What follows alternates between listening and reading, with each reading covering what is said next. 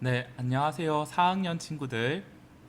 이제 선생님과 함께하는 1학기 복습의 마지막 단원, 혼합물의 분리 단원에 들어오게 되었습니다. 우리 친구들 교과서 기준으로 1학기 교과서 기준으로 96에서 116쪽에 해당하는 내용이라고 생각을 하면 될 것 같습니다.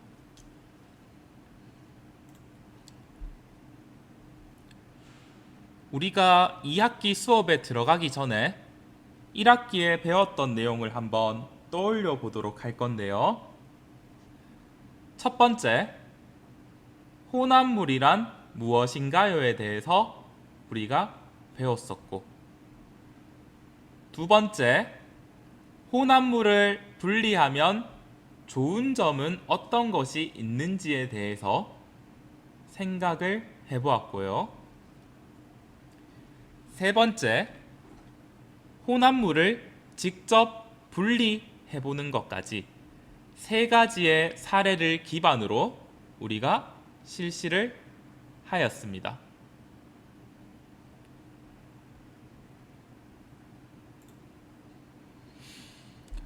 우리가 5단원 혼합물의 분리 단원에 대해서 우리 친구들이 같이 봤었는데요.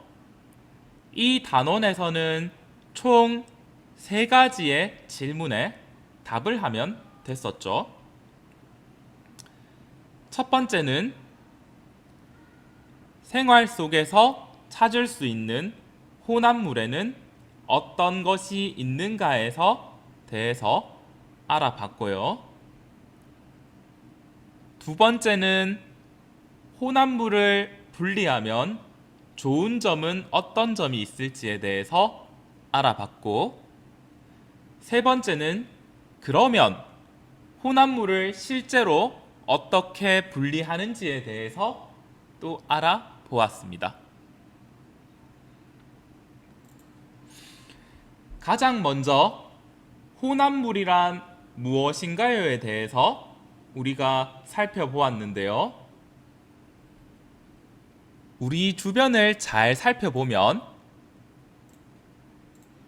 여러 가지 물질을 섞어서 만든 것들이 참 많죠.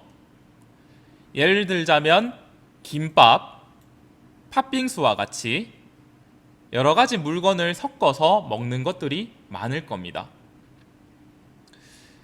이렇게 물건이 섞인 것들 중에 그 성질이 이게 중요합니다. 2가지 이상의 물질이 섞인 건 맞아요. 근데 특히 여기가 핵심적이죠. 바로 이겁니다. 그 성질이 변하지 않은 것. 자, 성질이 변하지 않고 섞여 있는 것을 우리는 혼합물이라고 합니다. 그래서 혼합물은 2가지 이상의 물질이 섞여야 되고, 근데 이때 그 성질은 변하면 안 됩니다. 선생님, 그게 무슨 말이에요? 라고 할 수 있죠. 그러니까 김밥을 먹었을 때 여러분 입에서 그 밥맛이 느껴지고 단무지 맛도 느껴지고 달걀도 느껴지고 해야 된다는 거죠. 그래야지 성질이 변하지 않고 섞여 있는 거라고 할 수 있다는 겁니다. 자, 그러면 선생님, 우리가 혼합물 왜 알아야 돼요? 왜 알아야 되냐? 바로 혼합물을 분리하면 좋은 점이 있기 때문이죠. 혼합물을 분리하면 우리는 원하는 물질을 얻을 수 있고 생활에 필요한 곳에 이용할 수가 있기 때문이죠. 우리나라에서 가장 많이 먹는 된장찌개나 아니면 간장 이런 것들을 전부 다 혼합물의 분리를 통해서 얻은 거죠. 그래서 우리가 원하는 물질을 얻고 이용하기 위해서 우리는 혼합물에 대해서 충분히 공부를 해야 됩니다. 그리고 그냥 김이랑 밥이랑 단무지랑 하나씩 먹는 것보다 섞어서 먹으면 더 맛있죠. 그런 이점도 있을 겁니다. 그래서 우리 교과서에서는 사탕수수에서 설탕을 얻어내서 이걸 섞어서 사탕을 만드는 그런 예시가 있었을 겁니다.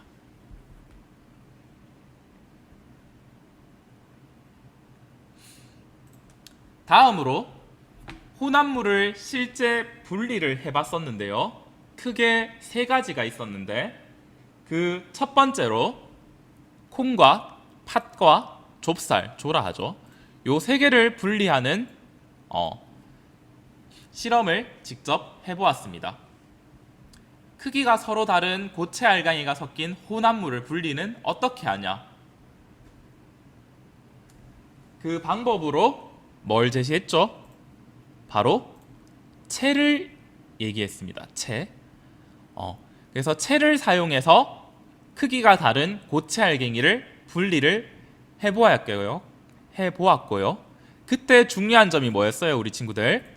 바로 알갱이의 크기와 채 눈 크기를 잘 살펴보고 사용을 했어야 되는 거죠.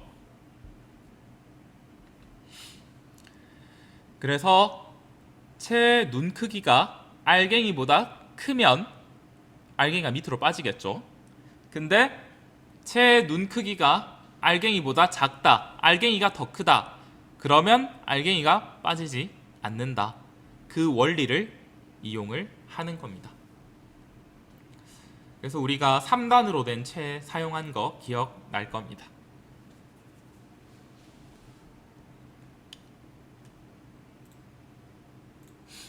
다음으로 물질의 성질에 따라서 분리를 하는 건데요. 자, 여기 두 가지가 나옵니다. 플라스틱 구슬. 플라스틱 구슬이랑 철 구슬이랑 분리를 하고 싶은 거죠. 그러면 이 두 가지 구슬을 분리를 하려면 물질의 성질을 이용을 할 수밖에 없습니다. 자, 교과서 내용을 살펴보면 이렇게 돼 있죠. 캔에는 알루미늄 캔이랑 철 캔이 있습니다. 이걸 자동 분리기에 투하를 하는 거죠. 이렇게 넣었다. 넣었을 때 어떤 현상이 있다는 거죠? 이렇게 내려가겠죠. 쭉 갈 때 알루미늄 캔은 그대로 꼬린을 하는 거죠. 떨어져서. 그런데 철 캔은 가다가 위로 붙어서 여기서 떨어진다는 거죠. 어떻게 이게 가능한가? 바로 여기에다가 요 밑에다가 색깔이 잘 안 보이니까 요 밑에다가 자석을 붙이는 거죠. 그러면 철은 자석에 붙는 성질이 있어서 그 철캔이 쪼로로로 이렇게 똑같이 굴러오다가 쪼로로로 똑같이 굴러오다가 위로 붙어버리는 거죠. 그럼 붙은 다음에 옆으로 이동해서 떨어지는 거죠. 그래서 이런 성질을 이용해서 철은 자석에 붙는다라는 성질을 이용해서도 분리를 할 수가 있었을 겁니다.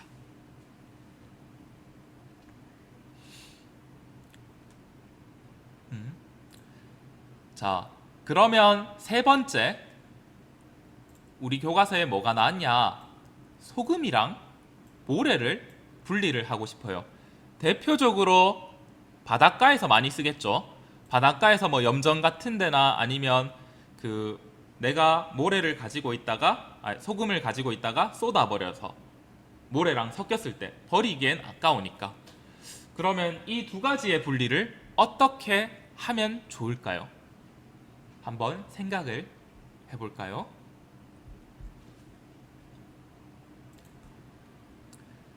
자, 그 결과는 먼저 첫 번째, 거름 장치를 이용하는 겁니다. 자, 봅시다. 자, 거름 종이를 이렇게 깔때기 모양으로 만들어서 여기 유리관에다가 부착을 하고요. 유리관에. 그 다음에 거름 종이에 물을 살짝 묻혀서 물질이 좀 흡수될 수 있도록 한 다음에 자, 이렇게 깔때기를 세팅을 하는 거죠. 비커 옆면에 닿게 이런 식으로 설치를 했죠. 그 다음에 이런 기본 준비가 끝난 다음에 뭐 이렇게 흘려서 보내는 거예요. 유리막대 한 번에 쏟아지지 않게 천천히 유리막대 이렇게 만들어서 흘려서 요 밑으로 쌓이도록 하는 건데, 그럼 요 깔때기 안에 혼합물을 부으면 물은 떨어지고 그다음 물질 고체 물질인 소금과 모래는 남겠죠. 자, 다시 한번 소금물에 모래가 섞였다고 쳐요. 그때 요런 깔때기를 만들어서 액체는 빠지고 고체는 여기에 남도록 하는 그런 겁니다. 그렇게 했었죠. 그래서 유리막대 쓰는 이유는 그냥 천천히 흘러보내기 위해서죠. 그렇게 유리막대 따라서 액체가 떨어지고 땅으로, 그 다음에 고체는 여기에 혼합물이 남겠죠. 소금과 모래가. 자, 그렇게 됐을 때 남은 물질이 있겠죠. 여기 보면 자, 걸러진 물질, 이게 남겠죠. 그럼 이 걸러진 물질을 접시에 부어 가지고, 여기 접시가 있죠.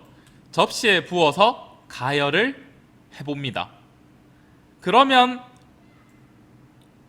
이 걸러진 물질이 어떻게 될까요? 소금으로 나옵니다. 자, 선생님, 어떻게 이게 가능한가요? 모래와 소금이 섞여 있을 때. 자, 여러분들이 봤을 때 이해가 안 될 수도 있겠죠.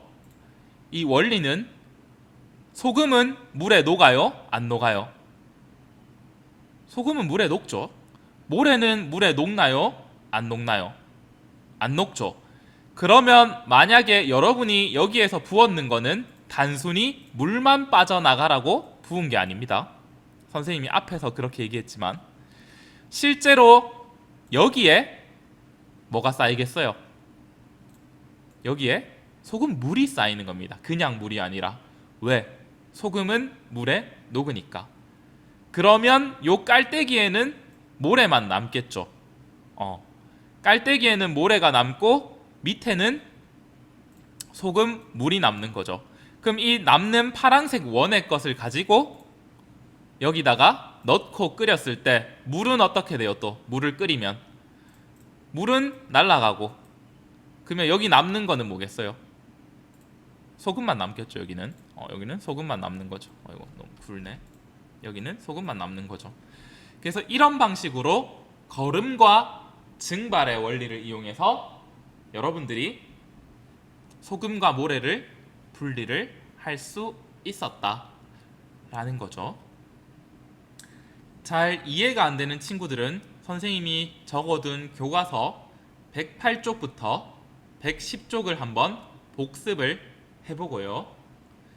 다음으로 선생님이 지금 설명해주는 영상을 돌려보면서 이해를 하도록 하고, 안 되면 댓글을 달거나 혹은 선생님들 학급방에 질문을 하면 좋을 것 같습니다. 자, 그러면 이러한 원리를 이용한 게 뭐가 있냐면 우리나라의 전통장, 된장과 관장을 만들 때 이 원리를 씁니다. 자, 천을 써서 거름종이죠. 자, 이렇게 그 메주를 소금물에 좀 넣어 놓으면 자, 선생님이 간단하게 한번 보여줄게요. 자, 이 만드는 건 간단해요. 메주가 콩이죠. 콩을 뭉친 건데 얘를 물에다 담궈 놓은 겁니다. 소금물에다가. 그러면 담궈 놓으면 시간이 지나면 이 섞인 물이 되겠죠. 섞인 물이 됩니다. 요거를 어디다 붓는다? 이 천에다가 붓는 겁니다. 이 천에다가 부으면 어떻게 되겠어요? 이쪽에는 고체가 남고 항아리 안에는 액체가 남죠. 여기 걸러진 건더기를 우리는 뭐라 하냐면 된장이라고요. 그 다음에 밑으로 빠진 물을 우리는 뭐라 하냐면 간장이라 합니다. 그래서 여러분이 먹는 된장찌개나 아니면 찍어 먹는 간장이나 요리에 들어가는 간장은 이런 식으로 거름의 원리를 이용해서 만들어진다라는 거, 우리 친구들이 기억을 해주면 좋을 것 같습니다.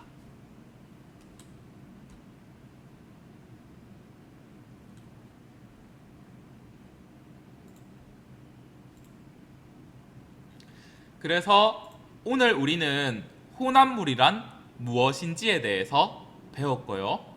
두 가지 이상의 물질이 성질이 변하지 않은 채 섞여 있는 거죠. 그 다음에 혼합물을 분리하면 좋은 점에 어떤 것이 있는지 우리 생활에 이용할 수 있는 것, 그런 것들이 있었죠. 그 다음에 혼합물을 실제로 분리하는 세 가지. 첫 번째는 콩, 팥, 좁쌀을 채를 이용해서 알갱이의 크기, 채의 눈 크기를 이용해서 하는 걸 해봤고요. 두 번째로 플라스틱 캔과 철 캔을 자석을 이용해서, 철은 자석에 붙는다는 성질을 이용해서 분리를 해봤고요. 세 번째, 혼합물을 만들어서 거름을 통해서, 알갱이 크기죠, 그것도 걸른 다음에 끓여서 증발을 통해서 소금을 얻는 것까지 해봤습니다. 그래서 우리가 1학기 때 배웠던 5단원을 종합적으로 복습을 해보았는데요. 이해가 잘 안되거나 어려운 부분들은 질문을 하거나 혹은 유튜브 영상에 댓글을 달아주기 바랍니다. 끝으로 그 링크 보면 퀴즈가 있거든요. 이 퀴즈를 제출하고 다시 하도록 하겠습니다. 네, 수고하셨습니다.